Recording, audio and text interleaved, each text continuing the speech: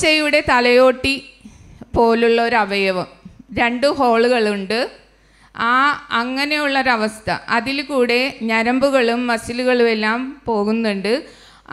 അതിനെ ദ്രവിച്ചുകൊണ്ടിരിക്കുന്ന അവസ്ഥയാണ്. ആ അവയവം ദ്രവിച്ചുകൊണ്ടിരിക്കുന്ന അവസ്ഥയിലുള്ളൊരു വ്യക്തിയെ ഈശോ ഇപ്പോൾ സൗഖ്യപ്പെടുത്തിക്കൊണ്ടിരിക്കുന്നു എന്ന് പറഞ്ഞു.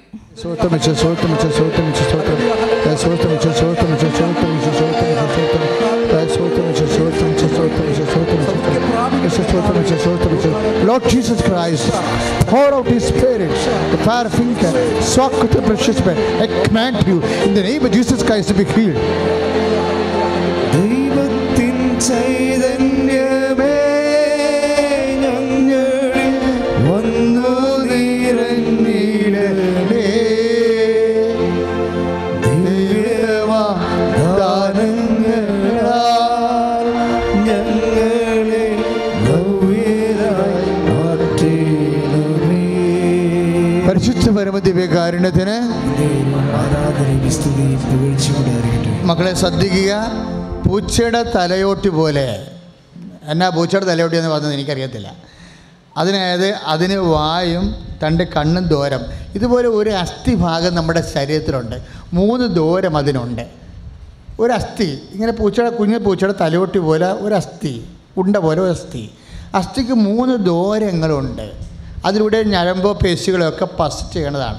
പക്ഷേ 3 ദൂരങ്ങളിൽ ദ്രവിപ്പുണ്ട്. ആ അസ്ഥി ദ്രവിച്ചുകൊണ്ടിരിക്കുക.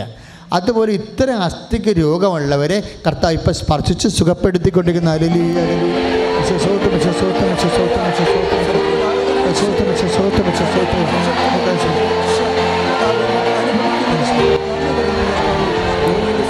ദൈവത്തിൻ ചൈതന്യമേ ഞങ്ങളിൽ വന്നു നിറഞ്ഞിടണേ.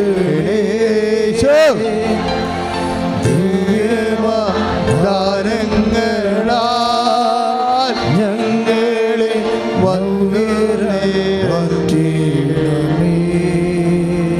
പരിശുദ്ധ പരമദിവ്യകാരുണ്യത്തിന് ആരാധനയും സ്തുതിയും പുകഴ്ചയും ഉണ്ടായിരിക്കട്ടെ.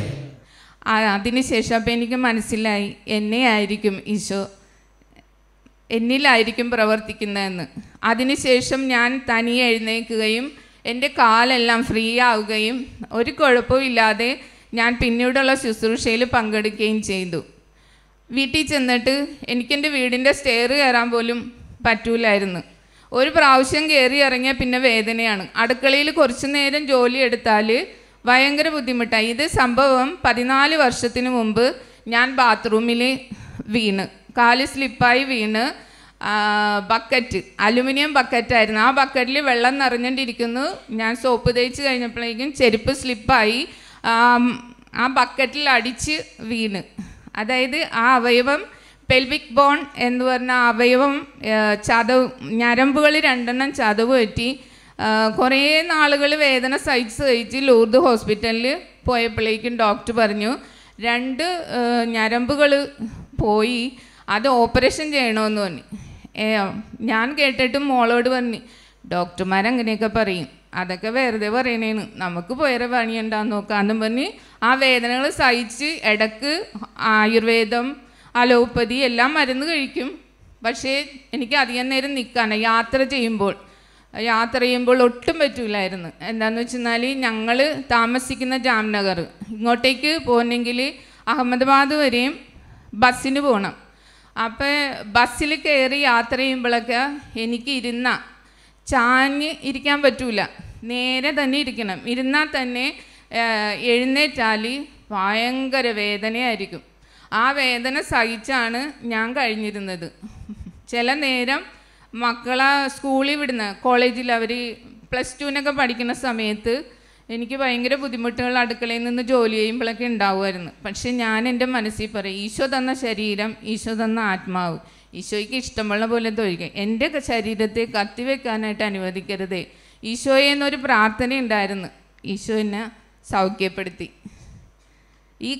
കഴിഞ്ഞ മാസം 22-ാം തീയതി തുടങ്ങി ഞാൻ പൂർണ്ണ സൗഖ്യമാണ്. എനിക്ക് എത്ര വേണമെങ്കിലും സ്റ്റെയർ കയറി ഇറങ്ങിയേ യാത്ര ചെയ്യുക. ഇന്നിപ്പോൾ ഞാൻ വന്നത് ഇവിടം വരെ നിന്നാണ് വന്നത്. എനിക്ക് യാതൊരു കുഴപ്പമില്ലായിരുന്നു. യേശുവിനും മാതാവിനും 100,000 നന്ദി.